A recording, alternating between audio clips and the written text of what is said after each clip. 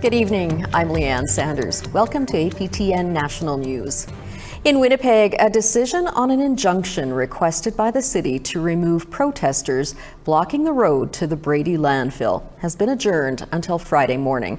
It's believed the bodies of 3 Indigenous women could be in that landfill or another landfill north of the city. Supporters and family members put up the blockade after the Premier announced she did not support a search. Now, the city and protesters have less than 24 hours to come up with an agreement. Tamara Pimentel has more.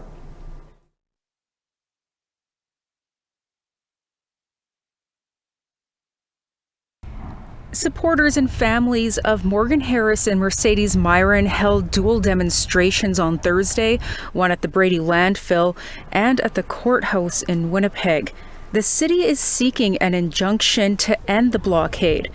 But a judge has again decided to adjourn the ruling for another day, encouraging both sides to come up with a resolution to keep the protests going while opening the road to the landfill. The city's chief administrative officer, Michael Jack, says he's open to any suggestions that reopens the roadway. We really are all ears. The last thing we want is having to remove anybody or remove the blockade. We'd really like to do everything we can to try and find a compromise here. A further adjournment may be considered at the request of Sasha Paul, legal representative for the families involved. I think the right of protest is an important right for my clients, and they're exercising that, and we're hopeful that the court sees it that way. On Wednesday night, tensions were high as roughly 50 blockade supporters gathered outside the home of a man who was caught dumping soil on a red dress memorial near the landfill. In a Facebook Live video, red paint covered the door and fence surrounding the home. Family spokesperson Robin Johnston says those actions don't reflect those at the camp. That's not what we're about, okay? I only learned of that last night on social media. As I said yesterday, the folks at Camp Morgan are peaceful people. Just because there's other people over there doesn't mean all Indigenous people are these angry people that are mobs. Surrounded by roughly a dozen police officers, the man later came out to apologize for his actions. Police say one person was charged with mischief under 5,000 after they allegedly threw a rock through a window. And out at the blockade, supporter Derek Meaches can't understand why the searches are not already underway. Is it because they don't care? Is it because money? Or is it because, put it this way, we're Indian? Tamara Pimentel, APTN National News, Winnipeg. Meanwhile, over at the Assembly of First Nations Annual General Assembly, an emergency resolution was passed late this afternoon that denounces orders and injunctions to remove protesters at the Brady landfill. The AFN also strongly denounced all levels of government for refusing to search for the remains of murdered First Nations women in the Prairie Green landfill. The resolution also calls on Manitoba Premier Heather Stephenson to reconsider the decision not to search the Prairie Green landfill and work together with the federal government to conduct searches of both the Prairie Green landfill and Brady landfill. Grand Chief Kathy Merrick called on the federal government to fund a search and to make a commitment on funding by the end of the month. I'm sure that each and every one of you in this assembly have been affected by missing and murdered women in our country. And that has to stop. We support everybody else that comes into this country. We support the Ukraine that come into this country. Yet we have our people that live in our First Nations that don't have running water. For more on this all, we're joined by our regular Truth and Politics panelists. Carrie Benjo is the editor of Eagle Feather News, and Yagan Sinclair is a columnist with the Winnipeg Free Press. Carrie, let's start with you. What's your reaction to Minister Mark Miller's comments, basically calling the Manitoba Premier's decision not to search the landfill heartless? I think that until the federal government puts up money to fund this search, then I don't think he should be quick to cast blame, because he's equally responsible. Maybe he should, instead of fanning fuels of discontent, he should be reaching out and asking about ways that they can work together to find an amicable solution that would benefit the families, that the families would appreciate. Right now, there's so much infighting and not enough being done, and we're seeing the frustration happening on the ground. Yeah, and again, last weekend there was a man who dumped trash on an MMIW mural out at the landfill blockade. On Wednesday night, dozens of people showed up at that person's house, as did the police. What do you make of what happened out there? It's worth noting that it ended peacefully. There was no violence that broke out other than just a bit of a defacing of property. It's also notable to point out that this individual was allowed to come onto an area in which there was a great deal of Indigenous peoples and perform what was essentially a message of hate by dumping garbage or refuse on the top of a mural that they had created. And there was no police there, but there was absolutely 13 police officers to protect this individual at his home. It's very notable to say where the police resources are being located, and it certainly isn't at the site involving individuals who are trying to protect human remains at the landfill site outside of Winnipeg. Carrie, Minister Miller said the window to start the search has been missed for this year. How hard of news do you think that will be to take? No harder than the family has already heard. You know, they've just been hearing constant, no, we can't do this. And the solutions that are being proposed are not acceptable. You know, they are standing up and saying, no, this is not acceptable. And they need to have that space to speak, because when I see what they're doing, I understand it, because I'm an Indigenous person, and I know for generations, those before us didn't have this opportunity to speak. We were shut out of anything, and now we have our voice, and our voice can carry. And now they're utilizing their voice and applying pressure, and we see people criticizing them for using their voice. But any other group in the same situation would do the same thing. I don't know why Indigenous people are being vilified in such a way, like they're asking too much. Is it too much that they want their loved ones back? I don't think so. Nigan, with the injunction and all that's going on, what happens next? If there are mass arrests made at the site involving the, I don't like to call it a blockade. I mean, it's really protectors. It's people who are setting up a protection line for human remains, which we know that are there. And so if there is mass arrests by the City of Winnipeg and the police, I think that will create more and more conflict. It's already bubbled over in many different ways. This week you saw the premiers arriving in Winnipeg, and nobody wanted to talk about anything to do with the premier's issues. Not anyone in the national media. Everybody wants to talk about what's happening at the landfill. And therefore, this will increase in conflict. It will also increase in acrimony. And I really think this is in many ways a death knell for the provincial Conservatives, who are already losing massive supports within Winnipeg. But we have a fall election coming up, and they may face a tremendous loss in Winnipeg just over this issue alone. Yeah, interesting times for sure, and I guess we'll see how it plays out. Thank you for joining us. Yeah, miigwech. Thanks. In other news, a familiar face turned up at the Assembly of First Nations meeting in Halifax on Thursday morning. Former Attorney General Jody Wilson-Raybould gave a keynote speech to delegates. She chose to talk about the Trudeau government's United Nations Declaration on the Rights of Indigenous Peoples Action Plan and where it falls short. APTN's Fraser Needham has more from the last day of the Assembly. Wilson-Raybould received a warm welcome when she took the podium, but she did not have kind words for the Liberal government. She told delegates that the highest levels of government still fail to understand what true reconciliation means. Many of people in positions of power still do not get it.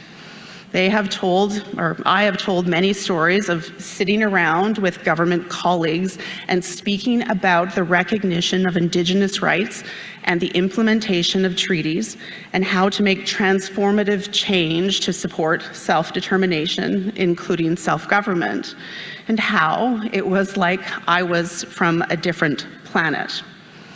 Terry Teague is the Assembly of First Nations Regional Chief for British Columbia, where that province is implementing its own UNDRIP action plan. He says it has been easier for the First Nations in BC to work with the provincial bureaucrats when compared to Ottawa. We're 4 years into implementing our action plan for the province of BC. I think the partnership there is good. There has been some progress with Section 6, 7 agreements, also amendments made to a number of legislation in British Columbia.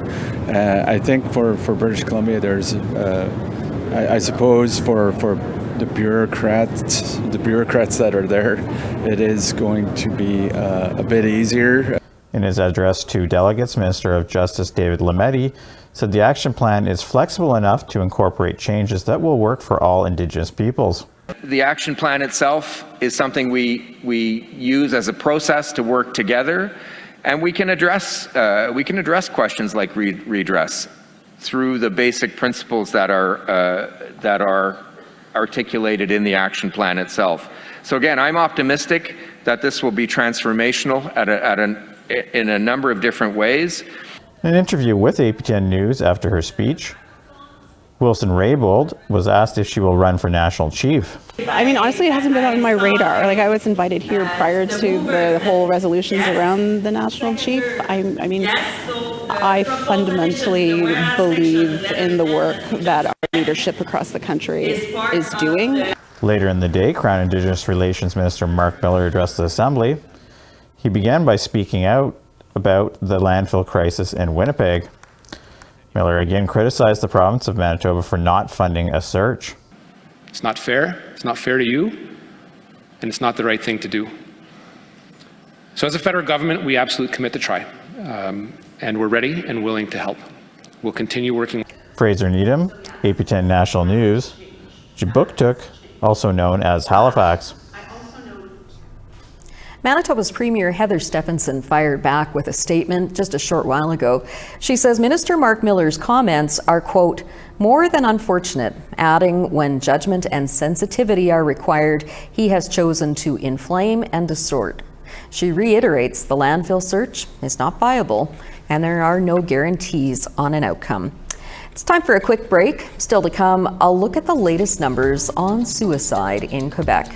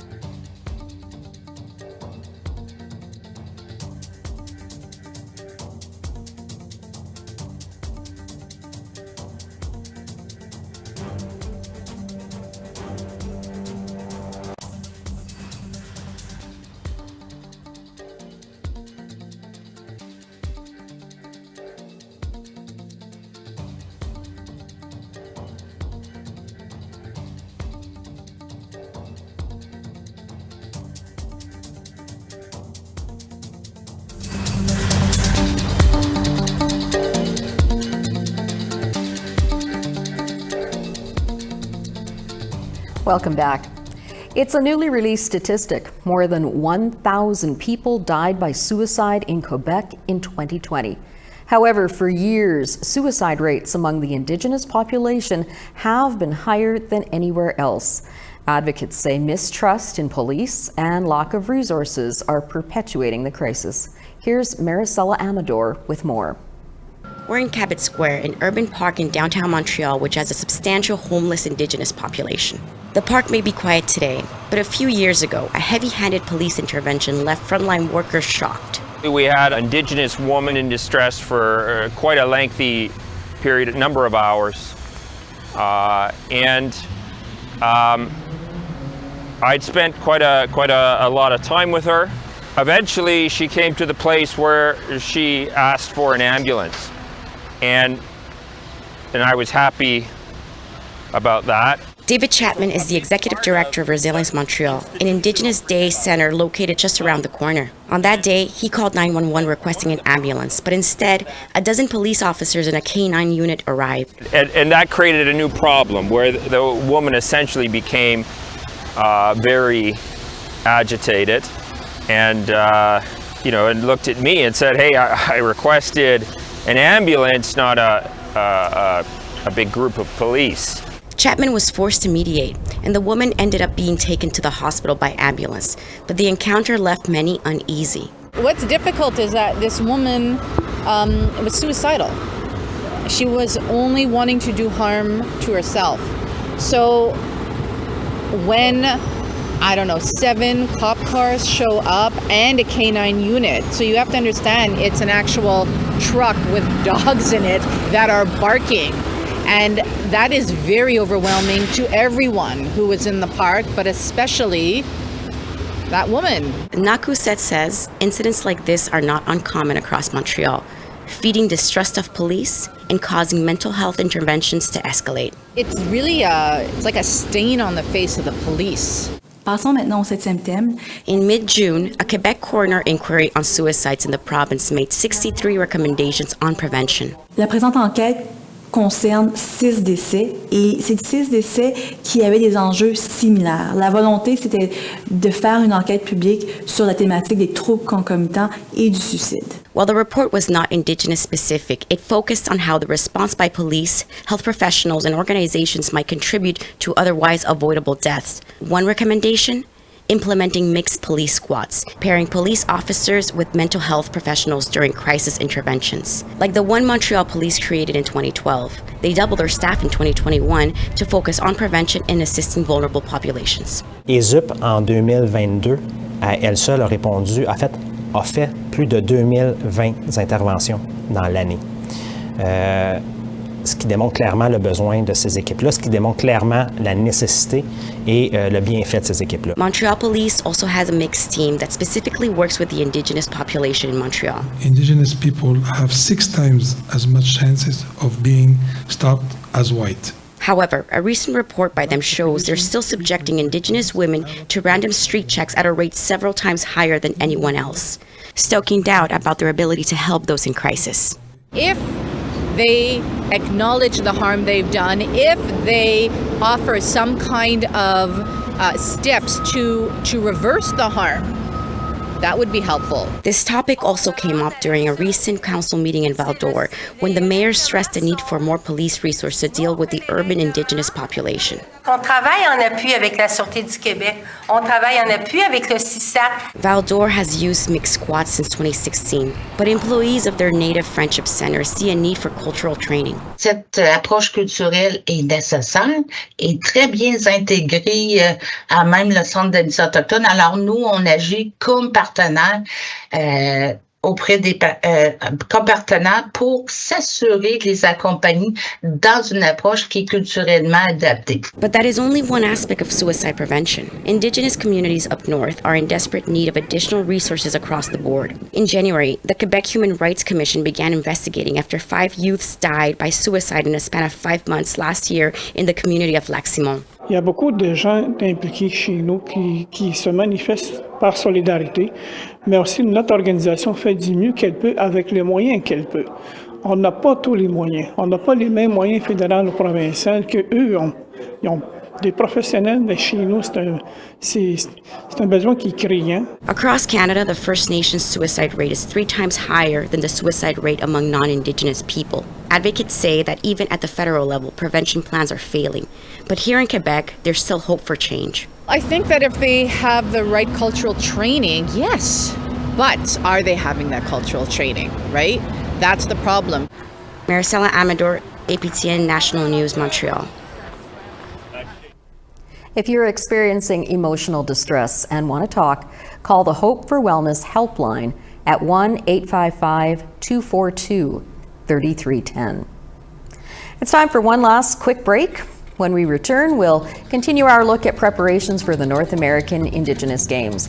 Be right back.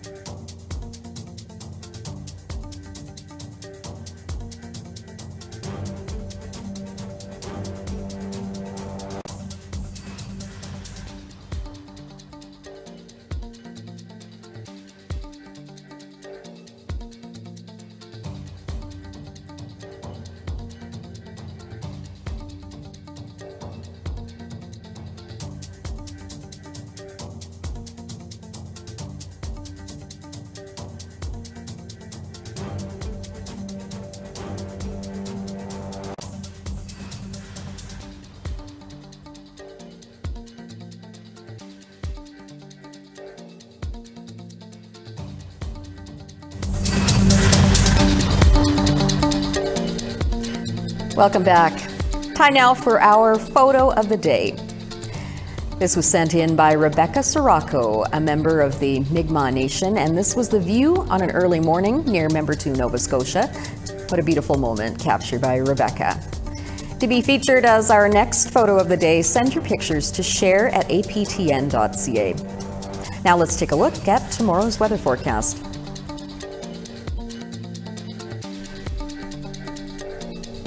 On the East Coast, St. John's is 22. It's warmer in Charlottetown, 28. Nain is 12. Happy Valley, Goose Bay, 28. Sept-Îles is 18, and on the warmer side, Montreal's 26. 26 in Sarnia, 27 in Windsor, 25 in Kapuskasing, Thunder Bay's 22. Churchill 13, Norway House is 21, 24 in Winnipeg at the hotspot, and Barons River is 18. Saskatoon and North Battleford 25, Swift Current is 24. Uranium City 20, Buffalo Narrows is 19. Fort McMurray 22, Peace River and High Level 25. Edmonton and Calgary 23, Medicine Hat the hotspot at 27. Bella Coola, Quesnel 27, Kamloops 33. Dease Lake is 26, Smithers 28. Rock River is 17 and 25 in Whitehorse and Watson Lake.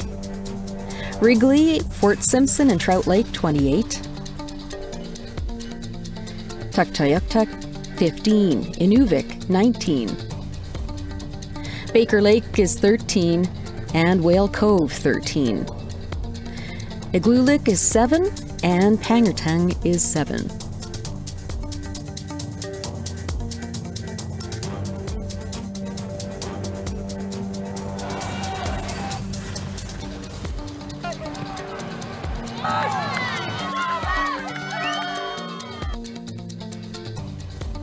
Now for another athlete profile from Team Saskatchewan.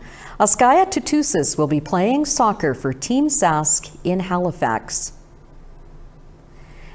Tutusis originally tried out for the cross-country team. He didn't make it, but that didn't stop him. He pushed himself to train for the last 2 years and be a better athlete. Tutusis did that by challenging himself to work out regularly. Now that he is on Team Sask, he's looking forward to meeting new people at NAG from across North America. Tutusis adds that sports is helping him be a better person, and he encourages other youth to get into sports. I'm in grade 10. I'm 16 years old and I play soccer. It overall helps with my mental health and makes me a better person in general. You know, I learn a lot of skills from sports that I could put into real life, and it really, lowers any stress and anxiety I would have. And that's all the time we have for you tonight. If you'd like to hear more on these stories and more, head over to aptnnews.ca. I'm Leanne Sanders. Thanks for joining us. Have a great evening.